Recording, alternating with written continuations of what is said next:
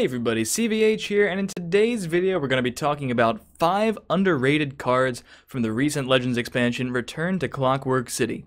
I did a very similar video to this many months back, right after Heroes of Skyrim was released, and it seemed to be pretty well received, so I thought I'd bring it back and look at some cards in Return to Clockwork City that maybe weren't initial standouts, but have started to prove themselves in the days immediately following Clockwork City's release. My criteria for this video is going to be cards that maybe aren't the best of the entire expansion, but cards that were a bit underrated by members of the community, even myself in my set review and first impressions videos. There were cards that didn't seem too exciting right off the bat, that have started to see a bit of play. They're not staple in their attribute, maybe not even staple in certain archetypes, but they are starting to see at least a little bit of play and proving to be more interesting and potent than we originally gave some of them credit for. So without further ado, let's jump right into the first of the 5 underrated cards.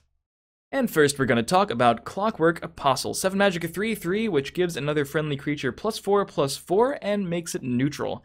So this card was obviously very similar to Bone Mare from Hearthstone, for those of you who know that card, and was sort of previewed and hyped up as a more balanced version of Bone Mare.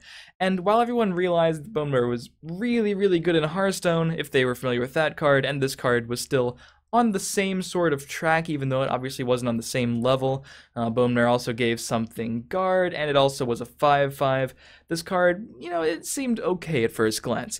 And while it wasn't massively underrated, I would like to point out Clockwork Apostle because it has started to actually see more play than I originally thought it might. I thought it was just going to be, okay, we've seen pretty much a very balanced version of Bone Mare that might only start seeing play in Arena, but this card has made an appearance to some success in various mid-range decks like mid-range Spell Sword, mid-range Monk, and mid-range Mage. I've seen this card in all 3 of those decks in various lists since Clockwork City's release, and from my knowledge, it has started to perform pretty well in them as well. I'm not sure if it's going to become a staple in any of those.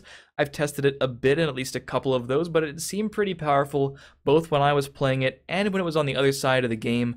So I do expect this card to be one of the few in Clockwork City that does see play for a longer period of time, in addition to obviously this card just being fantastic in Arena, right? It's a common, you're going to probably see one maybe during your draft here and there, and it's just a really pressuring tool that can add to your board presence, play around removal, help you favorably trade, help you push damage. In Arena, this card does it all.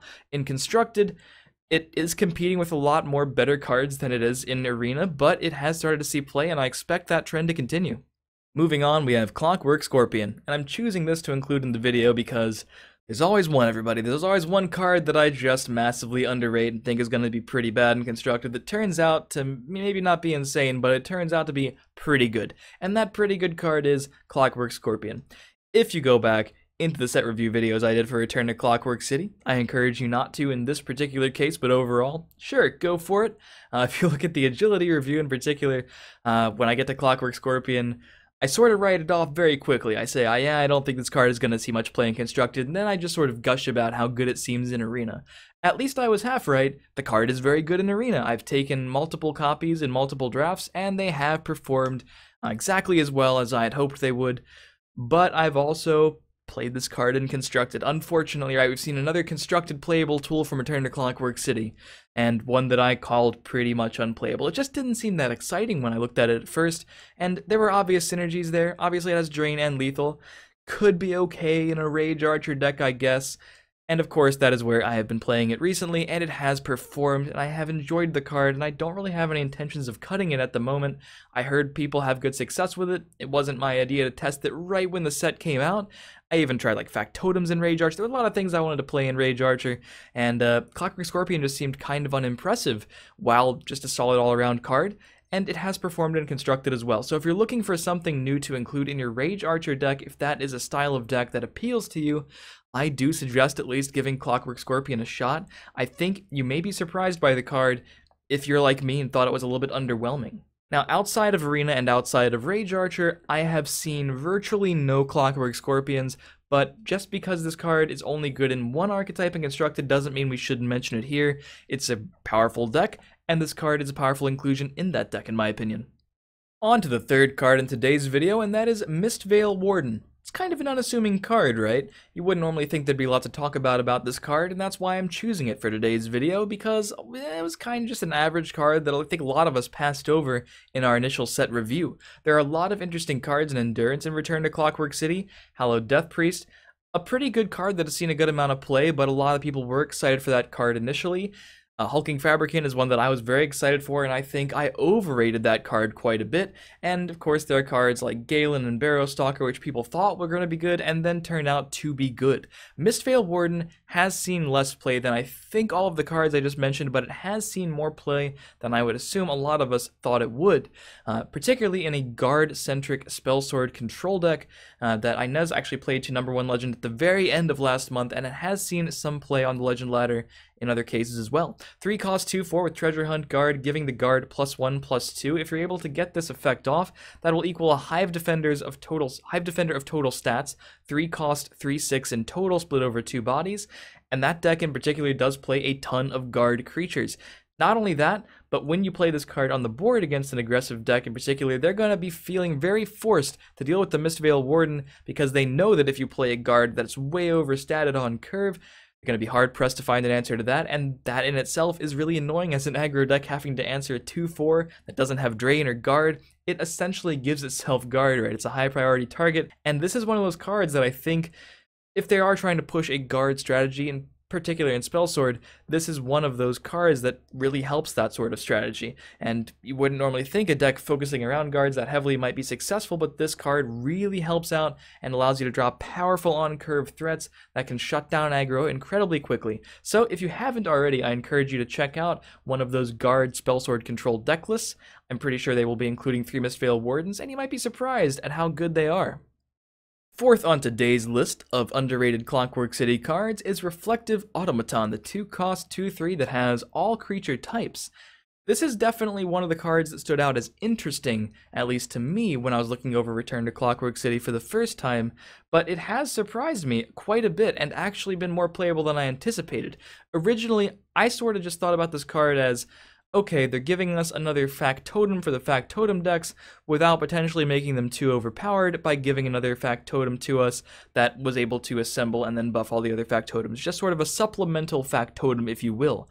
But outside of those archetypes, which, again, Reflective Automaton is definitely pretty good in the Factotum decks, but outside of those decks, it has some pretty interesting implications.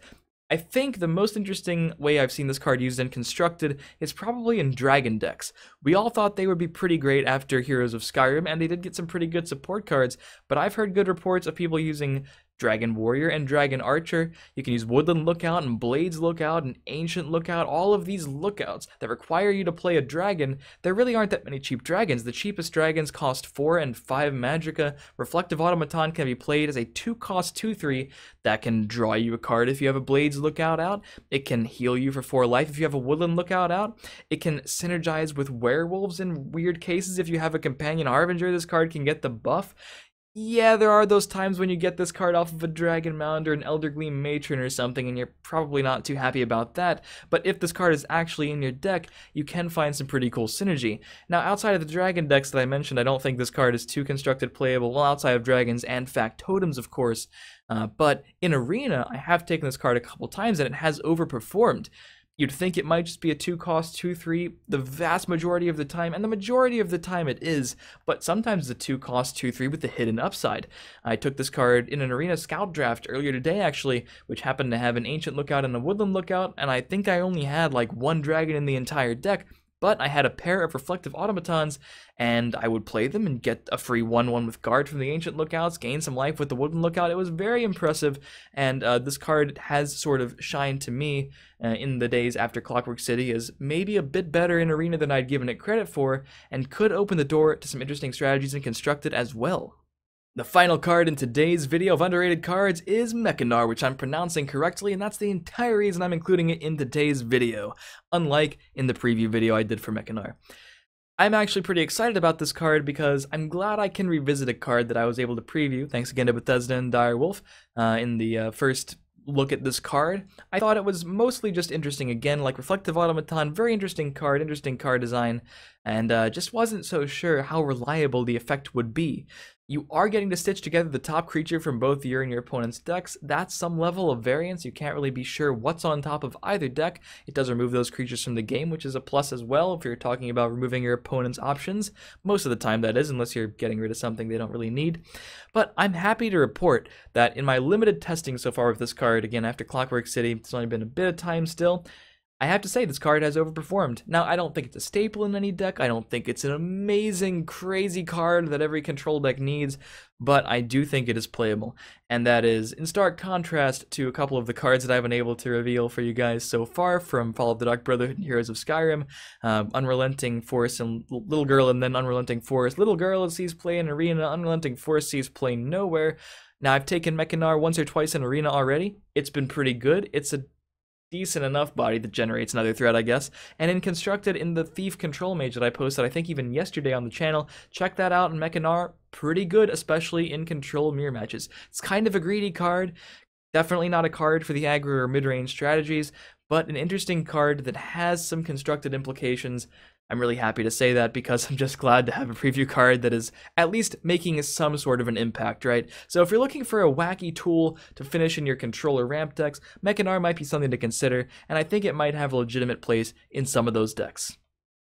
But as always, these are just my opinions. Hopefully, this sheds some light on a couple cards you may have even overlooked in Clockwork City. For anything like me, you may have overlooked a couple of those cards, so check them out, give them a chance in a deck or two, and try them out on the ladder or in Arena in your next draft.